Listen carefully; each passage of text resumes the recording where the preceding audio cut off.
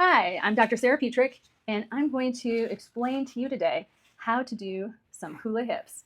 In medical terms, I call it thoracic acetabular abduction, but we're going to call it hula hips. And this is not a hula like a figure eight hula.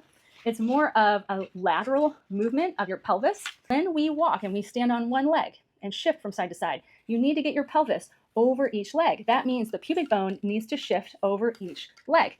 And that's a sideways motion. It doesn't just kind of shear off to the side. These pelvic bones actually tilt a little bit. And when they do that, that's really important for centering ourselves over each leg, but it also will change how we organize our core and everything above. And so the other piece of why we do this motion is because depending on which position you're in on one side or the other side of a hula, okay, that's going to determine which glute muscles fire and when and the timing of them. So if you're working and concerned with how your butt muscles work, and if you have any issues with your hips or your knees or your back, those things are really important to you, whether you know it or not. This motion is going to be crucial in making sure it's mobile and it times right and you use the right muscles to do the action. So this is how we're going to learn how to do a hula hip. We're going to start with your feet up here. You can do this in this position. You can do it hook lying. Hook lying is just a fancy term of saying feet on the ground in that position. And that's perfectly fine and works really well for hula hips as well. As usual, before we start doing any fancy dance moves, we want to start with a good quality posterior pelvic tilt, which is also in another video. So we're going to imagine there's a shelf underneath your heels, and we're just going to roll the pelvis up so that your back's a little flatter. And just make sure your back's relaxed. You feel it? Your back should be relaxed. You should have weight on both sides of your back. Yep. So there's our posterior pelvic tilt. But now we're going to start doing these hula hips. Now, sometimes people just think about swinging their hips side to side. That's not quite the same thing. So I'm going to have you think about these two front hip bones. These are your ASIS bones. I want one of those hip bones. Let's use your right one. Your right one, let's slide that up towards your right ear. And your left one's going to slide down. And it's literally goes straight up, straight down, which is different than thinking about swinging your hips side to side, even though your hips are going to look like they're going side to side, and they are to an extent, but I want to keep them kind of contained within a certain range. And then we're going to switch to the other side. So we're going to take that right hip bone, we're going to slide it towards the wall, and the left one's going to come up. And when you do that side to side, back and forth, I don't want you to feel like your back starts to arch up on either side, and that could be even behind the lower ribs. You want to keep that whole back pretty down, which is why we did that pelvic tilt to begin with. Here, it just looks like it's just about hips, but it's really not. When you're here, take a nice exhale.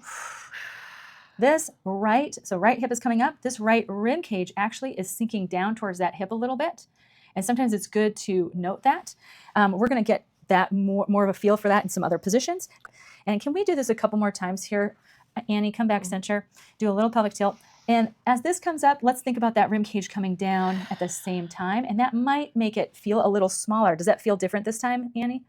A little bit. Okay. Yep. Yeah. It's a little bit less like your hips are swinging way out to the side. It's a little more contained. And that's because really that hula motion is both rib cage and pelvis. And then let's go ahead and switch to the other side. Yes. There we go. That's better.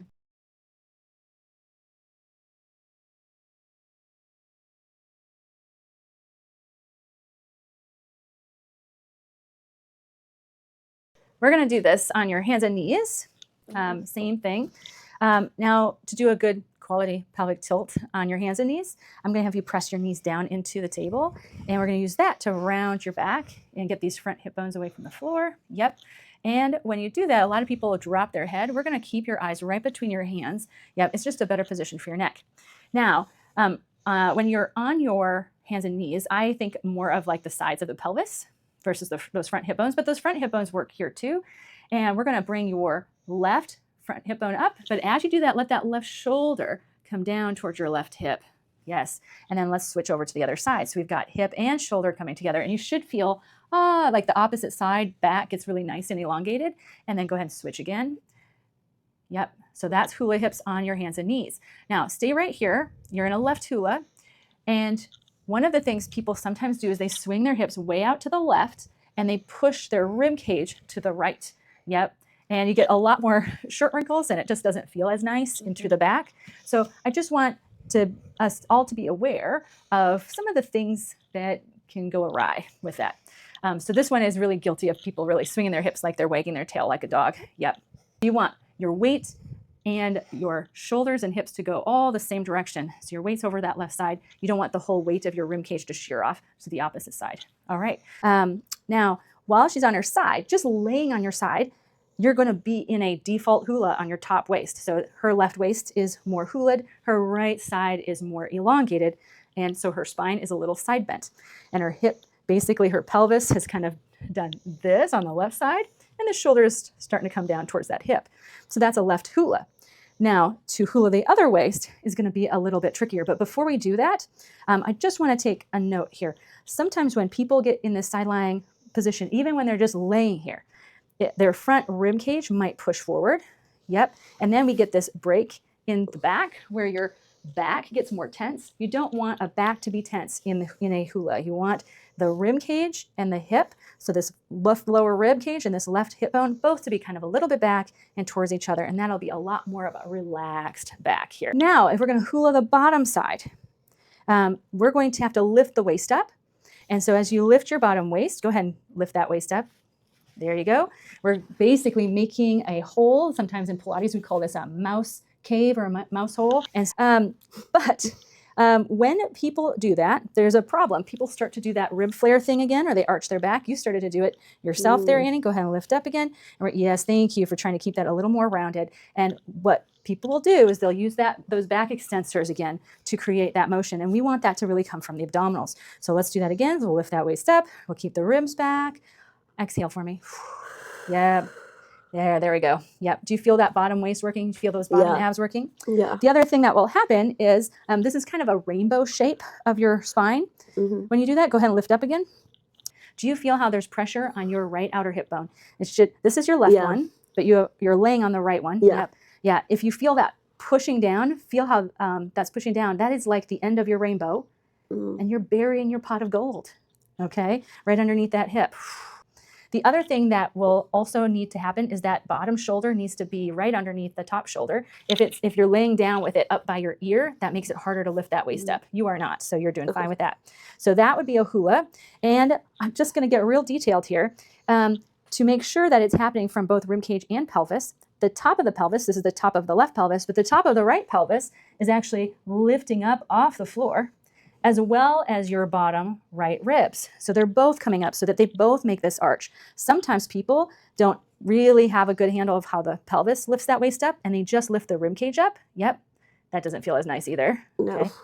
Okay. Or less often, but it does happen, people are good at lifting the pelvis a little bit up, but not as much of the ribs. And there's a disconnect. We want both rib cage and pelvis to work together to create a good cohesive rainbowy hula, okay? And the reason why we care about this hula is it's very important, especially in side lying exercises. Go ahead and lift that waist up again. Yep, ribs back. There you go. When we have that waist lifted, there are certain glute muscles that work better. Go ahead and lift this knee up in that position. Oh, I'm losing that waist. There we go. You can let that knee go forward a little bit. Yep. There's certain glute muscles that work better in this position with the waist lifted.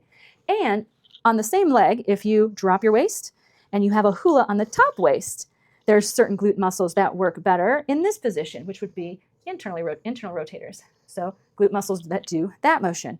So that depending on what exercise you're doing and what you're trying to manipulate through the spine, whether you're working on physical therapy or Pilates exercises and targeting certain muscle groups, the position your pelvis is in is going to bias what muscles are actually working. All right, so that's the hulas.